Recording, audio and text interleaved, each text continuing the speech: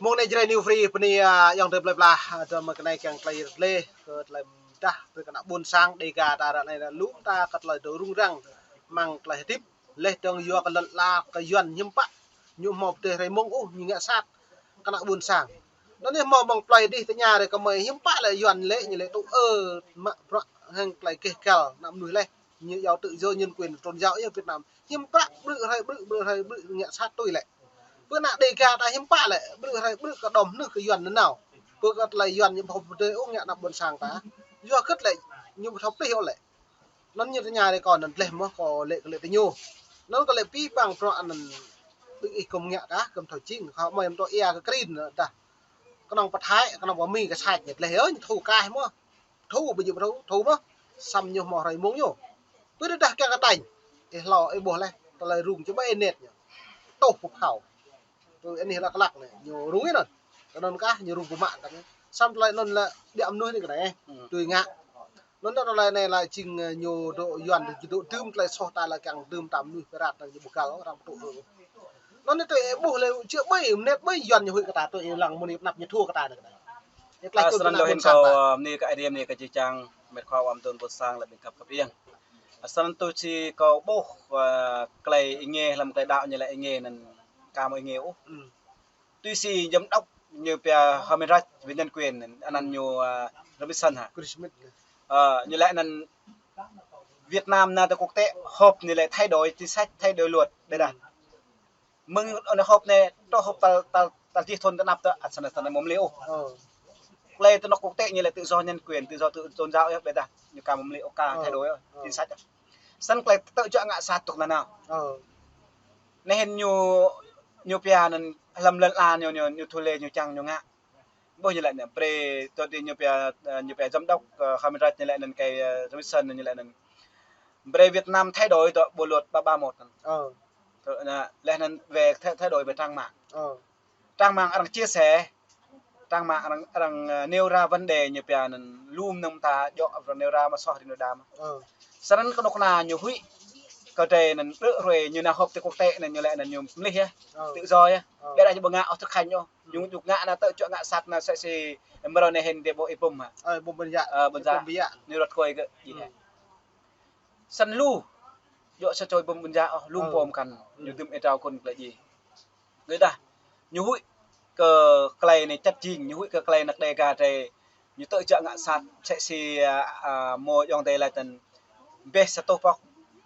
Sabo pok ha, ke klaim itra kokte, ke klaim nok na tự chọn ngã sát. Nên như tùy mà sẽ ikuin như pair, tinh tam sẽ mà tùy mà. Như chấm gì hệ sẽ chỉ pui như chẳng dạ hệ gì hệ, mà bèo chạ nào dạ ok. Sân dòng mày đây à, klaim nok na như ngã sát cái kia đấy, dọ một đây này ô mừng đơm đã ra lâu mừng ai dạ tập phần đồ đi. Nhiều trăm thì cân cơ chi, nhiều trăm thì cái này phải là nên thì có pin air là bon chi nhiều trăm tên đọc air nên sẽ chỉ mấy air caliber rạch mà proi mà hara proi mà tre huê trăm lạ bờ air caliber này nên bây nên thắc li này nọc nên mấy oa mấy gì một đứa đâu cho chạy rồi nào lại nên đừng cho mua thọc ra đó thọc ra trong chúng ta nên có độc na nhiều tự chọn ngã sạt thì nhiều trăm cả cường cờ thì muốn một song khạ hệ nhiều hệ lời một lời sẽ xì mero này rồi pro năm này đọc lần năm thì lần xa nhiều phát đi các lại nhiều lưu động như bây sẽ chỉ bình tụ pan pro pha trồn sẽ mỗi buổi sáng sòng bởi như tự chọn ngã sạt linh khan như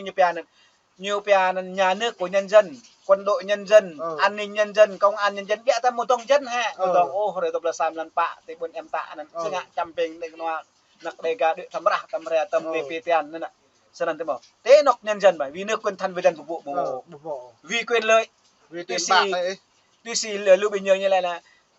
công chức nhà nước bị như là thoái hóa biến chất tại xem tài sản người khác là chiếm lệ phần mình nhiều tục ngạ khoa như lăng ngăn trập đang trình tội ngăn trập nhiều bộ mới lợi dụng chức vụ nhưng thì lưu bình thường lại như là chiến sĩ giá băng giá thương binh giá tất tầng giá so về quyền lợi những lợi dụng cái điều biệt nó là giả society sẽ xem thấy bộ vụ này lớn nhất có bộ thôi thuê có theo dõi có bộ lần vụ như pian là Phúc Sơn đầu tiên làm là 4.000 tỷ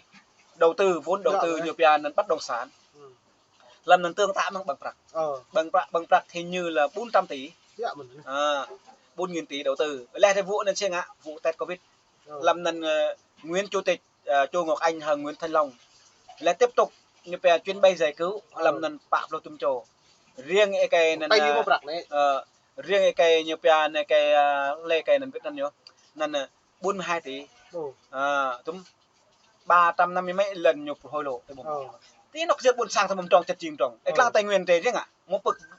xem một khu như về du chơi giải trí mà một còn đang nó thành phố buồn một thuật mang tiếng tầm một thuật buồn mỡ hình đầy ga đây làm năn duyên tục gì của bây giờ nó lại sai duyên màu là cho nên nó lên một tập được rồi nó nhiều vị trên đến lúc duyên về nên để dậy lên này đến lúc idea đây này để nhiều vị cái đậm sana này hình sẽ làm khan linh thế là trà Việt Nam này hình sa cho để bạ là mà cho dân lụ tục nhiều vị một lại rung rằng thấy không nhiều vị nặc đề ga thế kẹ như đó sân để bộ này hình nặc camera nặc đề ga thế bộ mà ấy đâm lăng vệ clay nhiều ngã ấy đâm lôi ông ô sập nhiều lụ rồi em đi rồi lan lâm hay tao nè như lại viết bốn pla bốn sang tai mà nhạc này đi nằm pe say bằng đè sầu ní cái bộ một lừa là nhập nó có bộ nhầm lục sai cho khoa nữa cái này nó là buồn sang tan hiếm bạn số cái ra liền lồng là nhiều hẻm hiếm bạn từ nhiều hẻm nhiều hẹp nó là buồn sang rồi từ từ lũ bẹ lại nhiều một lại thâu nhiều lại nhiều khoa prong như thế nhiều lại mong khoa prong một bẹ át lại hẻm một bẹ át lại lý luận từ nhố nhiều tường chỉ càng hẹp lại nhiều lại lòng dân đấy tôi có bộ như vậy bây giờ lại lòng dân đó chẳng coi như vậy chọc tức như chẳng ta hiểu được nhiều đối chứ như lại rê mà này bây giờ đi đâu cũng ăn cũng bắt như vậy clip reply đó nha nhiều lẽ nên ta làm sắp đó là một lời đe dọa khôn giờ nó nói tao bột lại tôi bột lại khoa cho khoa bột cây như vậy tôi lại dọa hiếm bảy cắt lại đe dọa này tôi liền lồng nhập hẹp lại xem như lại bao nhiêu lại xem này như lại buồn sang ta biết buồn sang ta vẽ nhau nhạc này thì thoải mái bên này một thoải mái ô để hiểu dạ không ăn mà đó là một lời đe dọa rất là khôn ngoan chuẩn bị khôn ngoan nhôn này khôn ngoan thôi tôi như lại nên sang mã nên nhiều vị mới so vi phạm như lại cái năn như vừa đánh vừa xoa chuẩn bị lẽ đại lại nhiều một lấy min lý luận nhiều màu lý luận nhiều một cách nhiều hai năm nữa cái chiêu nhiều hai năm nữa nhiều biện pháp nhiều hai năm mục tiêu nhiều hai năm chẳng tự chọn ngã sát đứt nhiều hai năm chẳng đi nặc đầy ga đó đứt nhiều chẳng lệ lộc của nhiều đứt phùng chính trị mà đúng không nhưng mà mố nhiều lại nên nhiều ngã lệ cái buồn sáng của mồm này hình thấy bô ra làn lâm mang tiếng như là tướng ra làn lâm